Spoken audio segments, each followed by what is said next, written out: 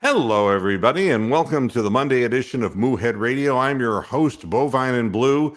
Joining me, Derek Frisbee from DF Sports, Double P, and anybody who are stragglers who come along the line. We'll take hobos, we'll take homeless people, we will take virtually anybody except Will Smith on the program. So if you want to jump in, check it out.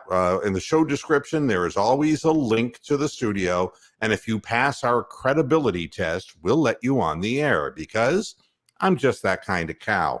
I wanted to apologize to a lot of people who said, why did I disappear during the draft? And the answer is I wasn't in town. I was in Atlanta. Rox and I went up to a big karaoke singing thing, a party and a gathering of people. And it was really a nice thing. But I was not sitting there watching the draft. I was in contact with Derek, who was very helpful in this. And I was trying to keep track of things by keeping up to date on my ESPN app on my phone. But that's about as much as I thought about football. But I'm back now. And it's better for me to know what happened rather than to keep predicting something that, as we've said a million times, can't possibly be predicted. I want to start the show the simplest way I know how. All right, we got Martin Emerson, we got Alex Wright, we got David Bell, we got Perrian Winfrey, we got Kade York, we got Jerome Ford, we've got a 1972 Ford. No, we got Michael Woods, we got Tiger Woods, we got Isaiah Thomas. That's two Cleveland teams. Forget it. And in the seventh round, we got a guy with a great alliterative name of Dawson Deaton. And I don't, So I wanted to start with you, Derek. I mean, obviously, there's going to be some people who grabbed you, some people who didn't. Who grabbed you here and who didn't? Okay. So out of all of our picks, the guys that I like the most, Alex Wright, David Bell, Kade York, I loved, Perrian Winfrey, and Jerome Ford. And the other one who you could say is an honorable mention is Isaiah Thomas. And I can get into that later. But the guys that I did not like, Michael Woods, I don't think he's making the team. Dawson Deaton, he's depth. I don't know that he's making the team. And Martin Emerson, I didn't hate, but I'll talk about that more here in a minute why I did not like him. All right, well, let's take them in order. And of course, Peter, you're more than welcome to join in at any point in the conversation. Okay. Nobody would have been able to predict, for example, that the Cleveland Browns would have traded out of the second round. And I think a lot of people wanted to commit suicide when that happened. Basically, the two little wide receivers that we loved, Sky Moore and Calvin Austin III, went in the second and third round. And one of them we're going to be looking at twice a year, every year in Pittsburgh. And that's Calvin Austin III, who I know Derek was very high on. First of all, before you can discuss Martin Emerson, why did the Browns trade out of the second round? I think. Go ahead, Peter. I was going to say partly because I think personally they probably didn't have high enough grades on the prospects they were looking at. And because I think they would probably still want Martin Emerson, but from what they've heard, they probably thought like, okay, we can trade back, get more assets, and get more day 2 picks. Because I still think they wanted to draft a little bit more on day 2 and also in round 4. Now, the last minute trade of Troy Hill, Derek, obviously played into this to some degree and why they would choose cornerback. But in your opinion, why did they trade out of the second round when there were obviously wide receivers who could help Deshaun Watson? I wish I could answer that completely for you. My only answer is, and it sounds ridiculous to say, but at this point, I have no reason to not believe that this is the case. They wanted Andrew Booth at 44, and Kwesi, who was in our front office, took him with the Vikings a couple picks ahead of us. And they traded back.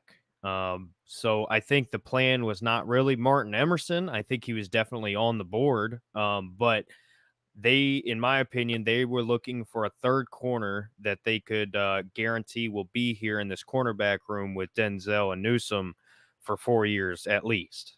That's the only thing that makes sense to me. The thing that doesn't make sense to me is you go to all the trouble, and when I say trouble, it's not only going to be trouble from a legal perspective, but from a monetary one, to bring Deshaun Watson over, to end up with Amari Cooper, to end up with Donovan Peoples-Jones, and to end up with David Bell? Question mark. I still think they're probably signing Will Fuller because also today the deadline for the compository picks ended, so I think it's not going to be in the formula for like how many free agents you have out and how many you have coming in. So I still think Will Fuller's coming because he's was pretty much a lock to wherever Deshaun was going. Which I Derek? know it's still not a complete room, but it's still better than No. we have now. No. Okay. Thank you, Topaz. All right. Derek, I mean, you know, I feel like John McEnroe. You can't be serious. We got Amari Cooper, and Amari Cooper is what it amounts to. We got one wide receiver, and then we have two people who, in my mind, are not really proven at the NFL level. One who has, according to most of the national pundits, very little chance for the lack of speed that he has to be a primary guy on the team. And then Donovan Peoples-Jones, who we already know is a 3 at best. The explanation for me is, do you think that the Browns still have something up their sleeve? And if they do you think Will Fuller is enough? Well, I really don't. I don't want to get into David Bell right now. I can talk about him because we're going to go down the line, right, and talk about these guys individually. Is that what you're planning? Yeah, but at first it's the strategy that was up on the board. I mean, Yeah. when you had a world of prospects to choose from, and you proceed to allow other teams in your division Yep. to just walk right through the door, it's like history repeating itself. The Browns can't draft wide receivers. If David Bell, and we'll talk about him in a moment, but if it turns out that, well, you know, all of his precision, he's just not fast enough, I'm going to shoot somebody. It's like there was no excuse. I mean, if you blew a third-round pick on Schwartz, who couldn't run a pattern and dropped passes in college, I mean, why can't you find a fast guy who can catch? Yeah, Brett, my problem in what we've talked about here at 44, I could not have been any happier because on the board sat Sky Moore, who I thought would have been the pick at that point because I thought he fit everything that we were looking for. A good route runner, fast, reliable hands. Even if you wanted to go defensive end, I know he couldn't play this year, but heck, if you could get David Ojabo, somebody of that talent who's a first-round pick. Now, obviously, he had the injury, so you'd be betting on him to come back healthy. I would have rather taken that than trading down. And I know you don't like him, and he is a bit of a head case, but hey, in terms of on-the-field value, Pickens as a player is a heck of a receiver. We're going to be stuck watching him. Oh, yeah. I wish I could sit here and tell you, hey, they did this for this reason, but well, nobody can do that. You have an opinion. I mean, and I know that you spend a lot of time with this stuff. And I do like David Bell, but here's the reality. David Bell is your Jarvis Landry replacement. Yeah. And he's bigger than Landry. He's very similar. I do think he's better than Landry in a lot of ways, but you're still at this point looking for your number one receiver. As much as I like him, I think he's a number 2 at best. And I think that is pretty good for a third round pick, yeah. So, I mean, that's still good, but you have not solved your wide receiver 1 problem. I think Amari's here for 2 years and then he's out the door, if that.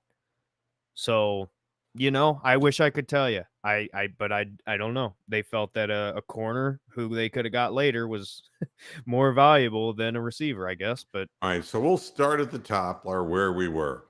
Martin Emerson, all right, which has all of the makings of a pick that is a head scratcher to a lot of fans.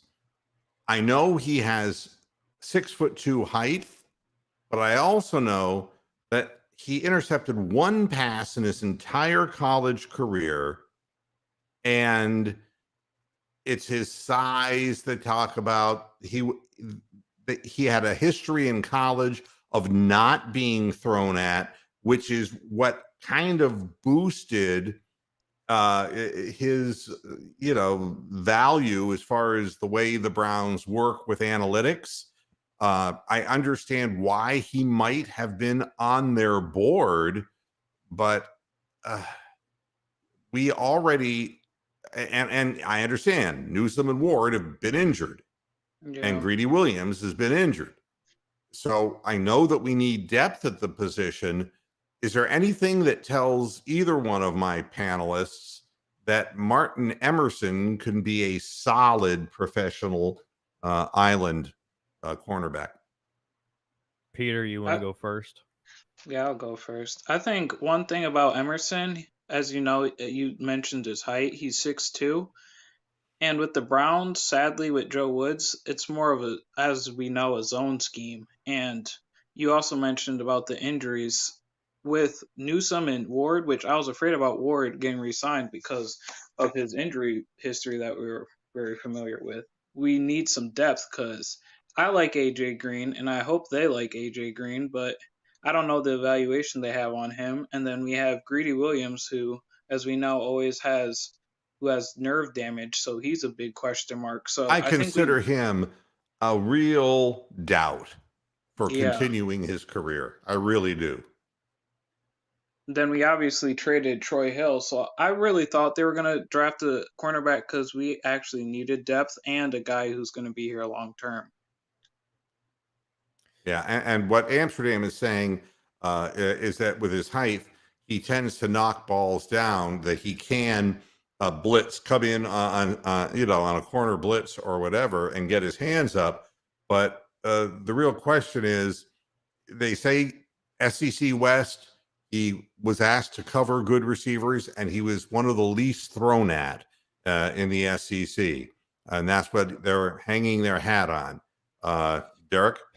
Yeah, so I know you said talk about what you like, but I'm going to just address what I don't like as well as what I like. So, Sure. first of all, we've talked about it, his size. Yes, that's great. That 6'2" size. When I watched him, because obviously I didn't do a ton of film work on the guy because I didn't think he would be our first pick.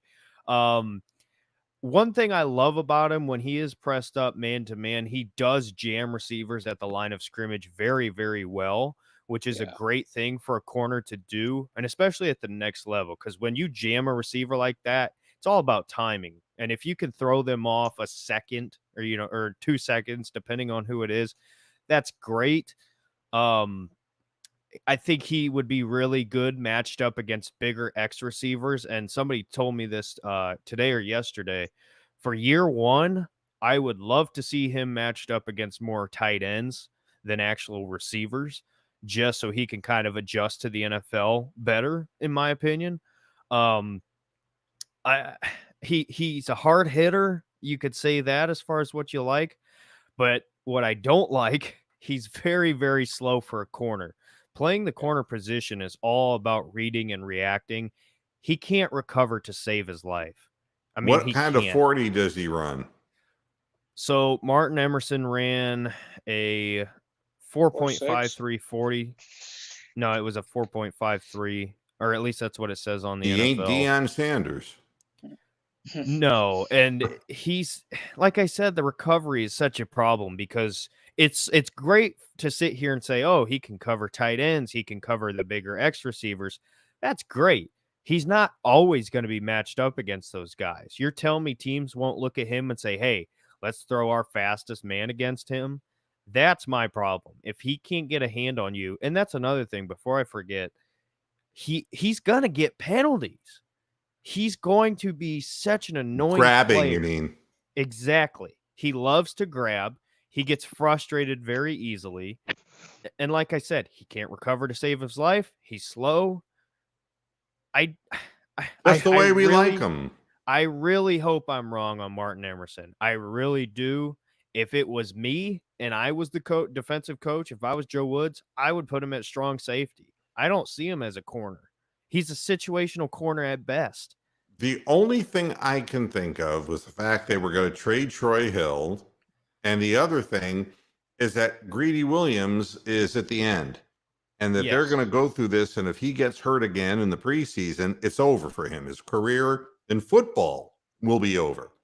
And Yeah, if they feel that Greedy Williams is that close to just not continuing his career because of nerve damage, then I can understand why maybe not this guy, but that's what was on the board at number 68 overall. He was the guy. There were still good wide receivers on the board at number 68.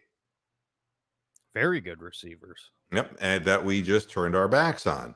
So that's an interesting thing. The next guy is going to make Derek happier.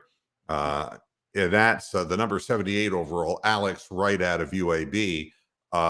This guy obviously had some very significant numbers as far as statistics, as far as analytics. UAB is not a big program. I think still with Clowney being a question mark, the question is, how do you bring Alex Wright along? You don't want to bring a guy from UAB right into the starting flow, do you, Derek? Absolutely not. Alex Wright is somebody who he's got the size, so he's 6'5", 270 pounds. The dude on tape, he just stands out. Now, obviously, UAB, I have some concerns with that, being that it's a smaller school. But this is somebody, in my opinion, that is very comparable to Jadeveon Clowney, except I do like a lot more of some of his game. I think he is a bit quicker than Clowney. And I think he's a better pass rusher, but he can play inside and out. I think the perfect scenario for Alex Wright in year one is the Browns re-sign Clowney, and he's a part of a rotational piece right now to where you can bring him in on specific downs. Maybe you bring you bring Clowney on the inside, like say on a third down that we know is a pass, right? Bring Clowney in on the inside, put Alex Wright on the outside, with Miles on the outside, with Winfrey on the inside. That's what you want. But in year two, I guess yeah, go ahead. What I would ask you is kind of like in a sense what Carl Nassib was with the Browns, a guy with length and height and who was all about getting to the quarterback. That's how you see him starting out, maybe in those kind of formations. Yeah, maybe in year one, but just my opinion, I do believe that Alex Wright could be the running mate for Miles long term. It's just going to be a developmental thing, but he couldn't have anybody better to look up to as far as the guys in front of him to develop. So I'm very excited just because of the raw talent. That's very intriguing to me, and I have hope for Alex Wright. All right, Peter. Yeah, I was just going to agree with everything Derek said. And obviously, he's a guy with power, length, size at his position. And obviously, the college tape is going to be kind of hard to judge because of the lower competition. But he was able to move guards with his strength and with his length. And he has speed around the edge. So I think this was a perfect situation for him, along with Myles Garrett, who can teach him, because we all know Myles Garrett's a freak. So I'm excited about that pick. All right. Then we move to number 99 overall in David Bell, and everyone's going to have their chance at this. I mean, this is not a player who takes us by surprise. We talked quite a bit about him there are some good wide receivers coming out of Purdue in recent years. He's been a steady Eddie there, but he's had some people surrounding him that were drafted higher than he was catching more passes, but was more of a possession receiver even at Purdue.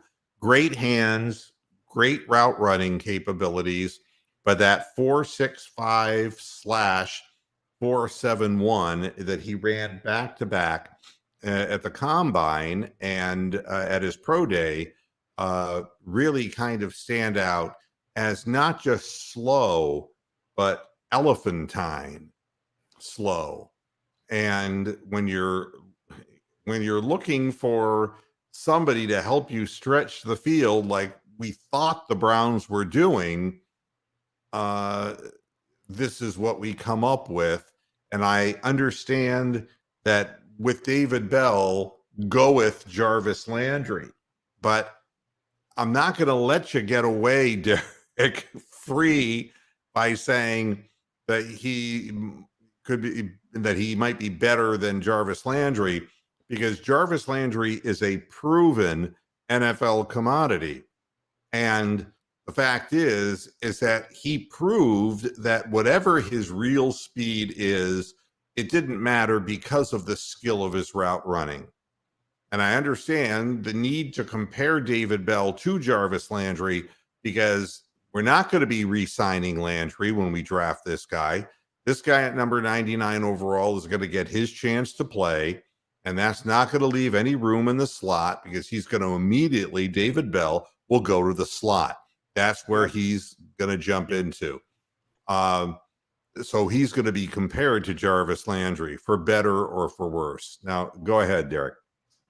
Alrighty, so I know you're going to say I'm not going to let you get away with the Jarvis thing, but I'm just going to say this, and then I'll kind of get off of Jarvis. In terms of the role he's going to have on the Browns, at least in his first and second year, it's going to be that Landry role, which I think is what you're saying as well. But he is a little bit bigger than Landry at 6'1", 212. Kind of what you talked about with Purdue. He was always reliable for them. He's got the FBS best, 232 receptions since 2019. And I've watched a ton of David Bell, and I'll be honest with you, and I don't say this as ignore the combine. That's not what I'm saying at all. I agree. It is concerning that 40-yard was what it was. And frankly, twice. Yeah, That's how fast he is. And frankly, I was blown away by it, because I've watched a ton of David Bell over the course of his career. Obviously being in the Big Ten, I try to watch all the Big Ten games, but I've seen a lot of David Bell. I can tell you that might be his real time or whatever, as far as in shorts, but on the field, he's not. You could say he's that slow, but he doesn't play at a snail's pace. And again, you can disagree. That's fine. I'm not trying to change. No, I think what you're seeing, I think we're differentiating full throttle speed and burst. Okay. Yeah. And I think what you're saying is that where he will get his separation is with his route running and a burst, but that we're not going to be, I think both of us agree that we're not going to see David Bell catching balls over the middle, breaking free for serious yardage after contact. No. So he is what he is. Assuming he can play at this level, it will be his burst and his skills running routes that are going to pave the way for him. Well, I'll tell you this. This is why I couldn't be any happier with the David Bell pick. I love his technique, and we talk about the route running, but his I guess technique is the right way to say it, to manipulate corners is phenomenal. There's 3 guys in this draft that adjust on the ball, and what I mean by that, for everybody listening, is if the ball's too high, too low, behind, you can still find a way to get it. You know what I'm saying? That's one of the things I look for the most in terms of my receivers that I like. It's Garrett Wilson, who does that phenomenal, and we've talked about that. Jahan Dotson, who does that phenomenal, and David Bell is third for me on that list as far as adjusting on the ball. The Kevin Stefanski system, in my opinion, is the perfect system for a guy like David Bell to be in, because it's all about the route running. It's all about being there. And to me, he's just reliable. You know, if there's a third down and you need a catch, I'm going to David Bell because that's what he has proven. He comes down with the football. So I think maybe for people who are more skeptical of this pick, it's just going to be a time thing. You're going to have to see it play out at the next level. But just my opinion right now, I'm not concerned at all in the slightest. I could be wrong. I've been wrong in the past. So, but I've just watched a ton of David Bell, and I love this pick. I want to say hi to Tony, who's joined us in the studio as well. Peter, you have anything to say about David Bell? And then we'll go to Tony. Okay. All right. So first off, obviously the time is a little concerning, but you could take this how you want. It's Purdue guys, but some Purdue guys said they had David Bell at 4.4, and also the Browns they are known to be using the player tracking, and just like Richard LeCount, who had a very bad time because of his motor accident, the Browns probably tracked David Bell to have good game speed. So I'm not worried. And when he did the 40-yard dash, he came off the line a little slow. So when you start bad, you can add like 0.2 onto your time. So, and he's a type of guy, yes, he is still slow though, but I don't think he's like super slow, like a liability in the NFL. I think he's a guy that is really good against zone and he can get into those soft spots. You may not use him as much on third downs where it's obviously going to be man. But the one thing I really like about David Bell is this guy is a winner. And in high school for his basketball team, they went undefeated and they won the championship. Also for his football team, they went undefeated. They won the championship.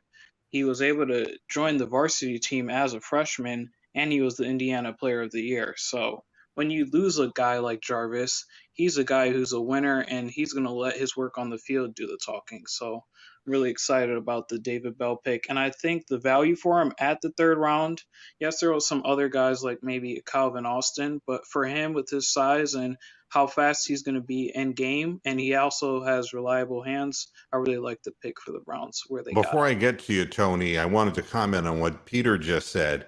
I have seen players, read about players. William Green, he of the ancient Browns fame from Boston College, when Tom Coughlin, who was his coach at the time, was asked because he ran a bad time in the combine about his speed, Coughlin's answer was very interesting. He said, I've never seen anybody run him down from behind. Now, you say that's William Green. Well, it's also Nick Chubb. You know, the thing that's interesting, you never heard when we drafted Nick Chubb about how flat out fast once he gets going that he is. What we heard about him when we looked at the film was that we saw a big, physically big runner who had good feet and was able to feel his way to daylight, and that he could drag people with him and gain extra yardage after contact. But what we've seen in Cleveland is that when he hits that little, bit of daylight, his burst, once he gets into the secondary, he outruns everybody. So I don't believe anything until I have evidence with my eyes.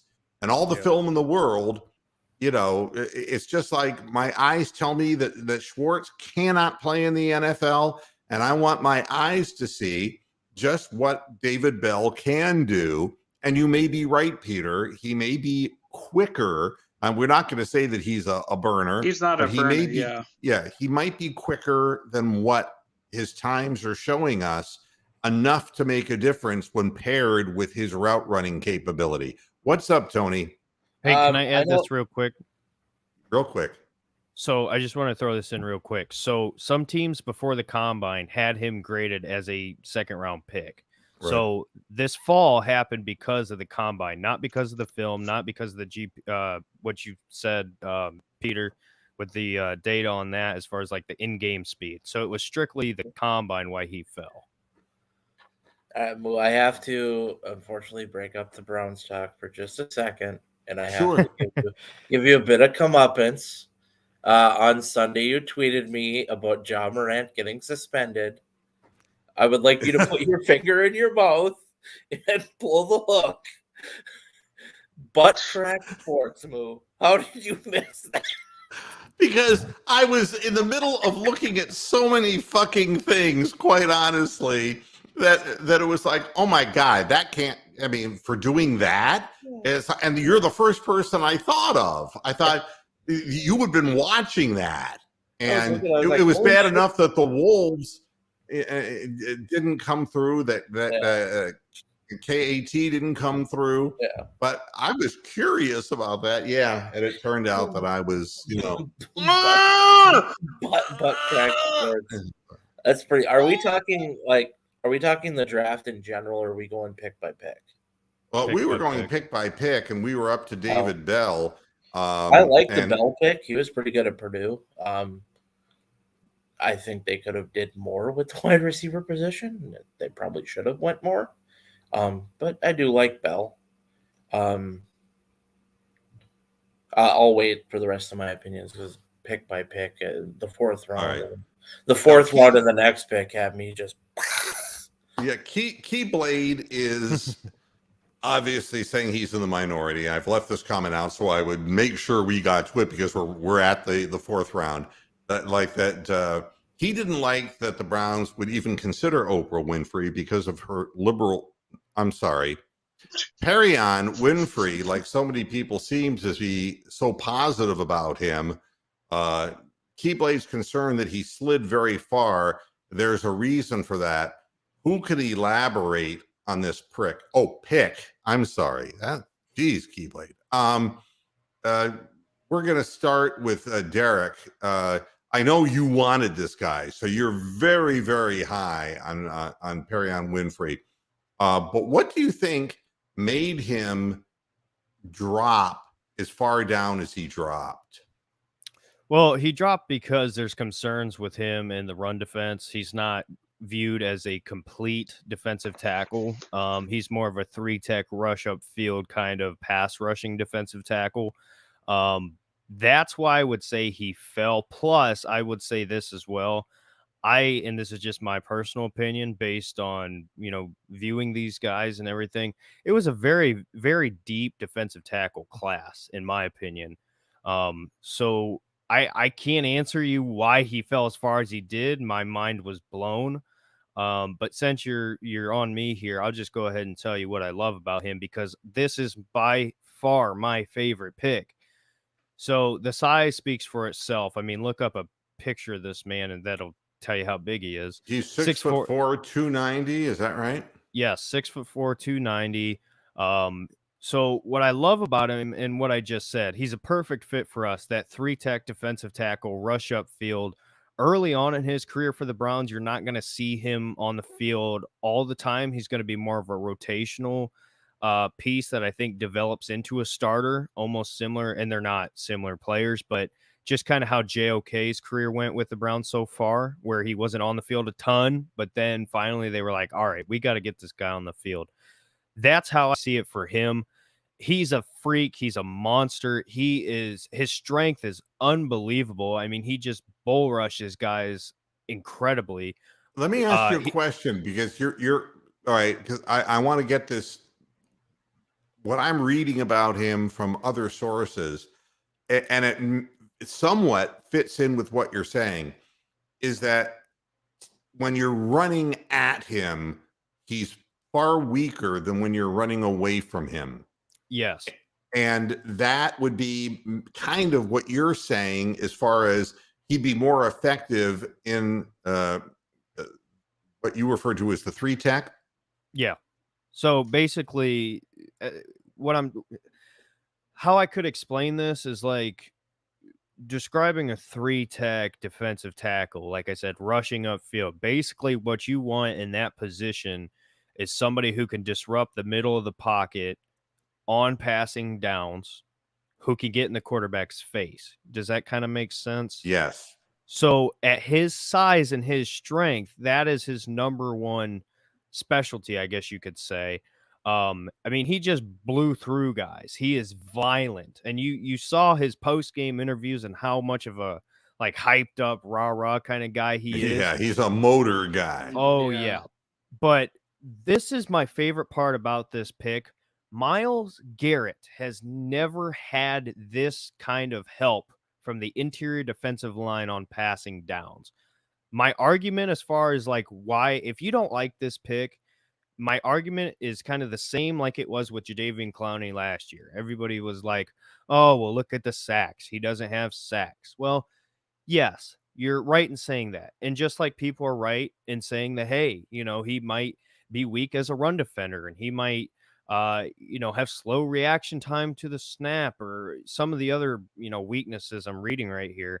The dude, when you have help, so what I said with Clowney was it's not so much about Jadeveon Clowney getting sacks. It's having that extra piece of pressure to buy somebody like Myles Garrett more time. The fact that Perrian Winfrey is as skilled as he is and this is not me saying this. This is what Andrew Berry said as far as like that free tech defensive tackle. He said we view him as the perfect match. That's what they're looking for. Somebody who can get in there, get in the quarterback's face, and buy time. I think Winfrey himself will have plenty of sacks. Don't get me wrong. But just buying that extra time for the other guys that you have, and I'm still going to keep saying it, I believe that Jadeveon Clowney will be back. This is somebody in Perrian Winfrey who was the Senior Bowl MVP and did not just win that as a courtesy thing. He went out there and he stole that Senior Bowl MVP and embarrassed. Yeah, but how hard was everybody playing in the Senior Bowl? Well, I mean, do you want to get drafted? That's your chance to prove it. I get what you're saying. But some people who were going to be drafted wouldn't even play in that game for risk of injury. Well, that's true. But I mean, all I can say is if you're not sold on this pick, just wait and see. When you see for the first time Myles Garrett have help pass rushing from the D tackle spot at his skill set, then you'll understand. I mean, there's nothing what we that can I all can say, right Derek, is that we talked about this player a lot. We knew we need interior line help, and he can bring something to the table for this organization. I mean, I see more sense in this than Emerson, in the sense that we have a need at that position. I have a feeling that we have a need in the cornerback room too, and it goes beyond Troy Hill. That's just my guess. And I don't know that Emerson has the skills. Now, Perrian Winfrey is a guy who put some numbers up with Oklahoma, and he does some things very well. I don't know if it's technique that he has to acquire in order to become a multiple down player as opposed to somebody who subbed in and out. But we're going to see. Now, Peter, your feeling about Winfrey? I like where we got him at. I like where we got him, but I'm not as high on him. Now, I understand. I like him, first of all. I just want to say his attitude. I think he'll fit right in with the team. And obviously, with Myles Garrett retweeting him and posting him on Instagram, I think he'll fit right in. And he has. You mean all talk and no action? No. All right. No, but go ahead. He's a very high energy guy. Now, I think he'll be good for what they wanted to bring Malik Jackson in for, which Malik Jackson was supposed to be a pass rushing interior. And obviously, at his old age, he was just getting ran over. Man, really? Yeah. Yeah, he is old. And my biggest thing about Winfrey is just the run defense for me. And I don't think the Browns really care about that. That's why they drafted him. But he's a guy who mainly just wins with speed. Yes, he has like good upper body strength, but his leg drive and his lower body strength can use some work. And I think with the NFL strength and conditioning, he'll increase his strength in the lower half. But well, he's going to be working. That's what he said. He's a dog and he's ready to go to work. Well, he better be ready, because at 6'4", 290, to put this into a comparison, back when in 1988, when we drafted Michael Dean Perry at a Clemson. He is at 6'2" and 285 pounds. He was the exact guy, Derek, that we would need now. A guy who he had as many as 11 and a half sacks in a season. And for an interior defensive tackle, that's crazy stuff. And he was an all-pro in his second year. That's the kind of guy we need. And then I'm hoping that I see some shades of that with Perrian Winfrey. I can tell you this, and I don't mean to interrupt, but if you want to compare his play style to somebody, it's somebody you're familiar with, and it's Sheldon Richardson in his prime. Mm-hmm. That's who he plays similar to. It's just, and I think he could be even better than Sheldon Richardson. I think he's got very high upside. He's just got to kind of develop and fine tune. And once he does, I think he could be nasty. All right, Tony, what do you think? Perrian Winfrey. I was gonna finish up real quick. Go ahead, Peter. All right. I was just gonna say real quick, yeah, my biggest concern, just to finish up what I was saying, is he's a guy who just wins with only speed, and everyone was like, "Oh, he did so well at the Senior Bowl," but at the Senior Bowl, he was only winning with speed. He didn't really show anything new. So I just think my biggest concern is after we got rid of Malik Jackson because he was just awful against the run and collapsing. And as we know, after the Patriots game, we just got ran up the middle all game. So I was kind of hoping we would have gotten a bigger type of guy because I think they want to start Tommy Togiai, who might be more of a nose. And I like Togiai a lot, but he's a little bit undersized. And I was hoping we would get a little bit more size on the interior. So I like him as a future prospect for pass rushing. I'm just a little concerned about our run D up the middle. Tony? Yeah, from what I've seen of this guy, he looks like he can develop into a pretty decent defensive tackle. I mean, we've watched the fucking Ted Washingtons and the Danny Sheltons of Browns gone past. And no, he's gonna fall on me if he ever catches up to you. Yeah.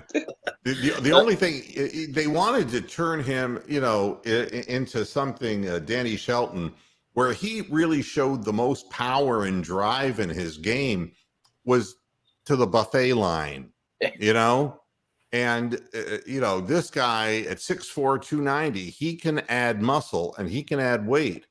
And that I would not be surprised if you see them working him hard in the fitness program. Yeah, and it's nice to have, a young guy with prospects back there as, with Tack McKinley, getting injured all the time. And who was the guy last year that went bananas and beat the shit out of somebody? Was that didn't some you're talking about Didn't a defensive Jordan get arrested? No. You're talking about Malik McDowell. He didn't beat anybody. He just ran naked in front of a presure. In memory of it. I'm not sure, in 2022, I don't know which is worse. One or the other. Yeah, just God. Oh, fuck. All right, so now we're going to move to something that everybody's going to love. This is the big fat Matt Millen kielbasa pick. The number 124 overall, Kade York, the kicker out of LSU. We're going to go backwards this time. Tony, talk to me.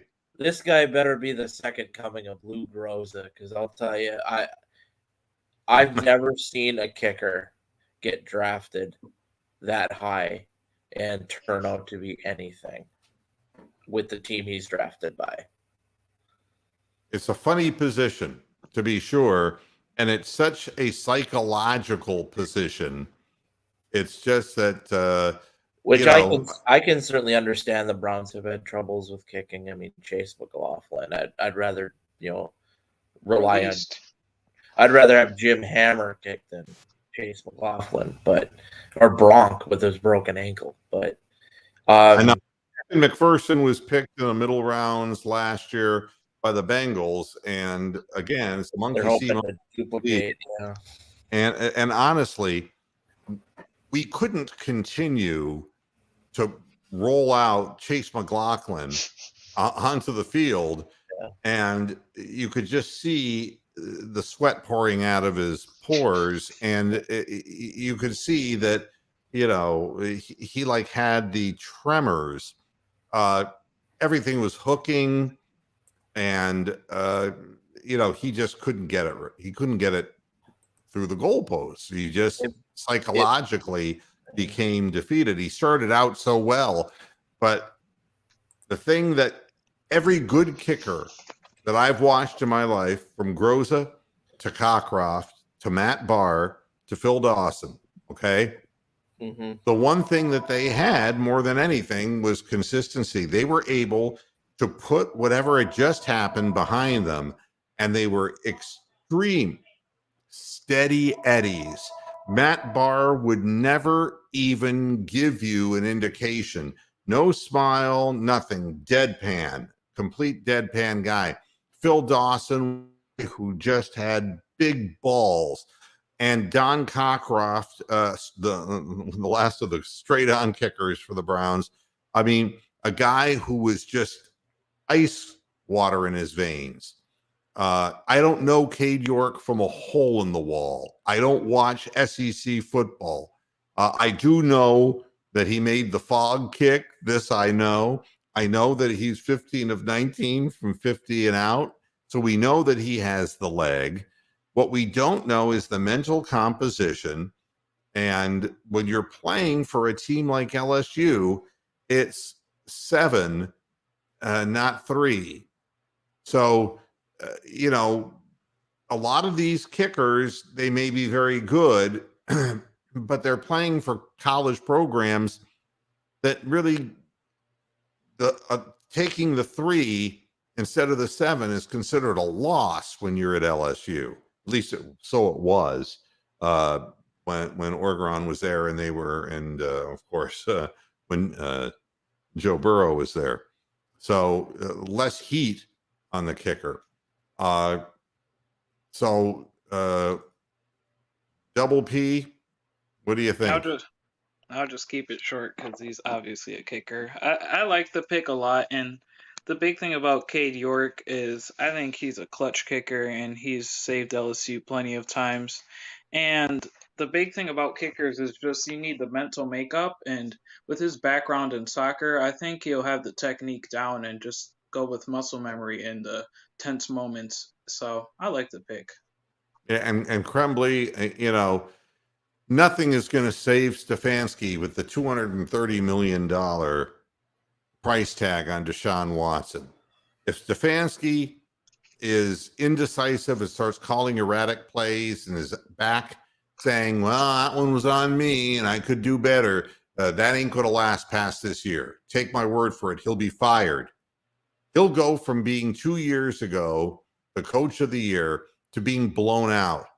Because they have the talent at this point to become a winning football team. How winning a team and whether they can go anywhere in the playoffs is a different question, because everybody has rushed to the AFC and it's become so much stronger than it was before.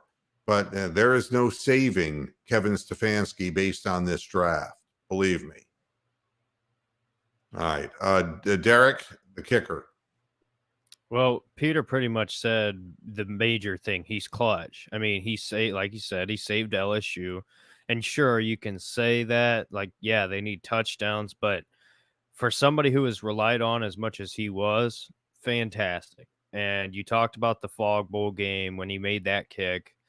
That was spectacular. His career long's 57. Like you said, we know he has the leg. He's consistent. 164 out of 168 PATs. To me, when it comes to the kicker position, there was one answer this year, and it was him. I mean, literally anybody else, everybody, Dicker the kicker, listen, I have seen that man miss more clutch field goals than I've seen Baker Mayfield throw incompleted passes. I mean, it's kicker. Yeah. Yes. Kicker is a tough position to translate into the NFL.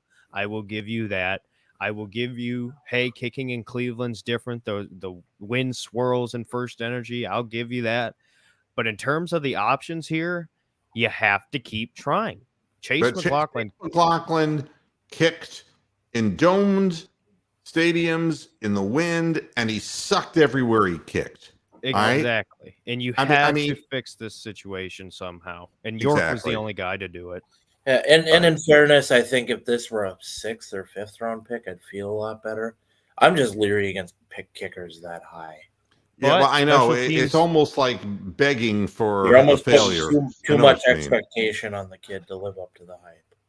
there was a special teams run though after he was picked, so I think somebody was going to take him. Oh. But we're getting criticism because it was us. So Well, as I mean, usual. it's just like anything. You make a definitive move. At least it's a need for the team. The next pick, the 156, Jerome Ford. I don't understand, to save my soul. The only thing I can understand is that Dearness Johnson ain't coming back. But he's under contract. He is back. Dearness Johnson isn't going anywhere. Not now, anyway. They release him or trade him. I can't imagine that you would release Dearness Johnson for Jerome Ford. I mean, let's go back the other way again, Derek. Yeah. Nothing against the Bearcats and nothing against Jerome Ford, but this is not a guy who's he catches with his body, according to the numerous scribes who are writing about him. It's not that he's a bad running back, but, how can you, when you have the threesome of Chubb, Hunt, and Dearness Johnson, who have all proven they can run for 100 yards a game, and then you have Demetric Felton, who was not used last year or misused, and now you have a round 5 pick at 156, who's another running back. They can't all coexist here. Yeah. Well, I can tell you this. Y'all are going to really hate me. Nah, not any more than we already do, Derek. This is your Kareem Hunt replacement. I'll just come out and say it. The dude is shiftier than Kareem Hunt, as hard as that is to believe. When you talk about that quick twitch shiftiness, he's got it. I think he fits the system really well. The hands, I haven't really seen a whole lot of his receptions, but in terms of Kareem Hunt's style, where you're more of a speed guy, burst guy, that's the kind of running back Jerome Ford is. Just for context, he did transfer from Alabama because of how crowded that running back room was, went to Cincinnati. He was their only offense against Alabama in that playoff game. He was the only one who was able to do a single productive thing against Alabama. Right. I'm going to be honest with you. This is probably my third or fourth favorite pick from this draft. Maybe it's just me. Maybe I'm crazy, but I think if he could put on size, he could be, as far as like muscle wise, because he does break tackles, but he's not as big as Kareem Hunt. I say give it, you know what? Be mad at me all you want. Give it 2 to 3 years. I think he can be as good as Kareem Hunt. No, the way Kareem Hunt's being used in this offense anyway, because a Kareem Hunt being used a lot differently in Kansas City. Next, Peter, Jerome Ford. For me, this is probably my least favorite pick of the draft, and it's nothing against Jerome Ford. It's more so just the process of picking a running back. Because right now we have 4 running backs, now 5 running backs in our room, and this kind of scares me. Like, Felton might be on the way out, he might not be, but we'll see, obviously, when camp comes and they make their cuts. My just big thing about it is I just don't know why they would do it this year when we still have at least one more year of Kareem Hunt. We still have Dearness Johnson, who showed he's a really good third-string running back. Probably about this. I mean, they're looking further down the road, and Demetric Felton proved one thing, and that's that he cannot return kicks. He does not have – he has a shiftiness and elusiveness once he gets his hands in a play where he can make the first guy miss, but he had no idea how to return punts and kickoffs. And now that we already brought the guy in from the Bears to do that job, that's one less thing that we have to concern ourselves with. And it's one thing that Demetric Felton was supposed to be able to do. So, which he's not making the roster, by the way. This pick has sealed the deal for him. He's out. Yeah, and I feel the same way. The team just didn't know how to use him, or maybe it was just that he couldn't be used. Tony, what? I'm sorry. Can I add one more quick thing? Sure. Yeah, sure. Just my last thing about it is, along with the process, I'm just surprised they did it this year because I think next year's running back class, there's a lot of good guys, especially at the top 8 or 9 of them. So I just thought they could have maybe went to the well next year and got a better running back prospect. All right, Tony. So yeah, I'm not really high on this pick. Stefanski came out and said that Demetric Felton has a place on this roster. Which are you going to run 5 wide receivers and start 2 of them at wide, or 5 running backs and start 1 of them at wide receiver? No, I don't get the pick. I mean, you, like everybody stated, you've got 3 very competent, capable running backs.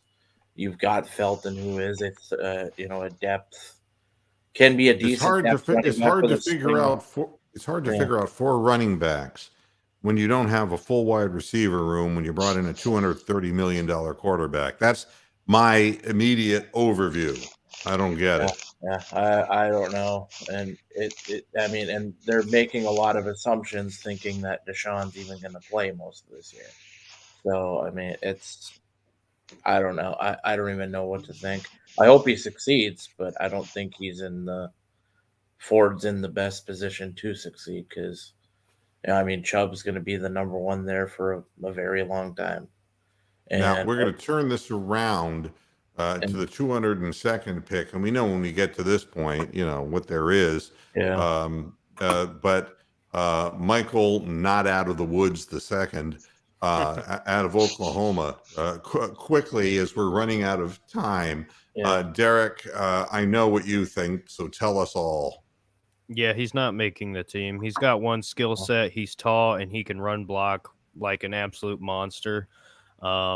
He's going to be somebody who competes in camp preseason, but he won't make the team. I will be shocked. I think our UDFA signing from the same college that oh, I have it up here. Just quickly. So Isaiah Weston's who we signed. I can't remember what college he went to.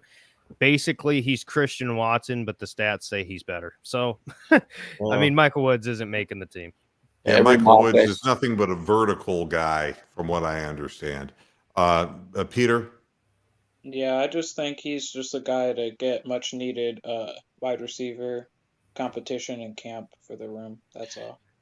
And Tony? Pretty much every mock that I saw had him completely undrafted. So it's 6th and 7th round is hoping to catch Genie in the fucking bottle at this point. And it's lightning in a bottle. Lightning in a bottle, whatever. You know what I mean? Genie in a bottle. The genie comes out of the bottle. Yeah. Oh. But at this point, okay, go ahead. At this point, good luck to the kid. I wish him the best. But. Yeah, don't we all? And the final at 223 is Isaiah Thomas, the defensive end from Oklahoma. Back to you, Derek. You like this guy? I love the pick, but he does have some personal issues, which is why he fell this late. The highest I saw him graded was in the 3rd round at some point, but he was arrested in June of 2021 while driving impaired. He had an outstanding warrant. So there is some personal issues there, which we know is definitely concerning. But just strictly talking as a player, this is somebody who led the team for tackles for loss in 2020 with 13. He's fast. He's very, very fast coming off the edge. I love him in a rotational role, kind of like we talked about with Alex Wright, passing downs. Like I said, he's really fast coming off the edge. In terms of just the player side of things, it's a steal, but obviously we know why he fell. But I'm excited to watch him in camp and in the preseason. It's just to show what he has. He's a good player. All right. And Peter? I'll just say just to agree with Derek, I like the pick, and it was a steal. I agree with that because a lot of the Oklahoma defensive linemen, which is kind of weird that I'm about to say this, but a lot of them were kind of underutilized in Oklahoma. Definitely. And a big example is obviously Nick Benito and then the guy we just drafted, Perrian Winfrey. They were guys who weren't used a lot. So I think we could see what he has at camp, and if he actually can use those tools and produce, I think it would be a good pick for us. All right. And Only thing Tony. I can say about this is I didn't have a clue who he was, and I thought they might have drafted the NBA point guard by mistake. So, Exactly. And which one? yeah, And I would hope that's a little guy. yeah, yeah.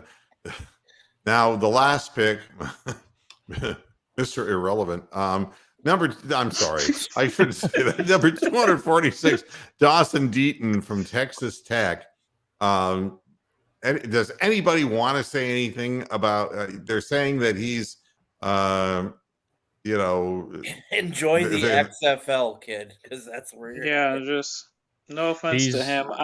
He's not going to make the roster because I'm pretty sure all 9 of our offensive linemen are signed through this year. He's like Michael Woods of the offensive line, where he's a massive guy who's going to come in and compete in camp. But I don't know. I mean, he might catch on somewhere. I will leave everybody today with something that is a deep thought. Okay. There are some things in life that will chase you forever. And, the name Chase McLaughlin, he gets chased out of town. Okay. Yeah. Right.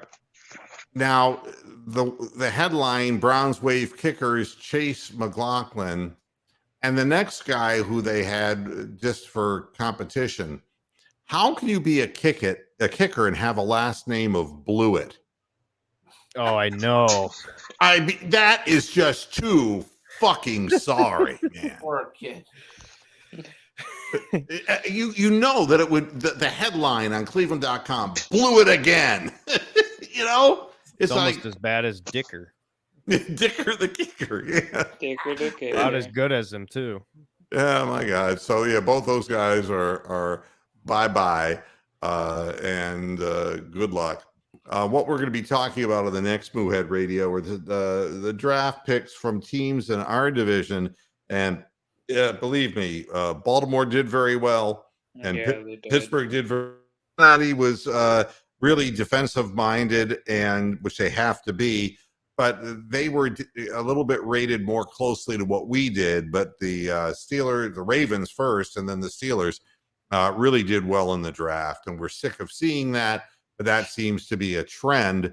That and the funny thing is that the Steelers got Calvin Austin III before the Ravens could pick him one spot before. And can the Bengals have a good draft ever? I mean, come on, Cincy. Jeez. I mean, quite honestly, they got it right with their quarterback, but no, they have had a lot of tough luck. Every time they would make a reach for a running back, or he'd blow out, Kijana Carter. I just can't ever forget him. He was supposed to be the great cutting running back, and then his knee went, and that was the end of him.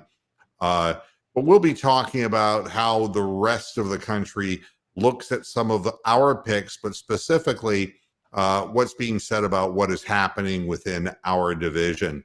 I want to thank the guys on the panel, as always, Derek and Peter and Tony. Thanks for hanging in. And I'm back. So we'll be back again on Friday to talk more about these guys. And I'll have even more time to do homework. Thanks a lot for tuning in. We'll see you again on Friday. Until then, hasta la vista, Pastor Heads. Good night.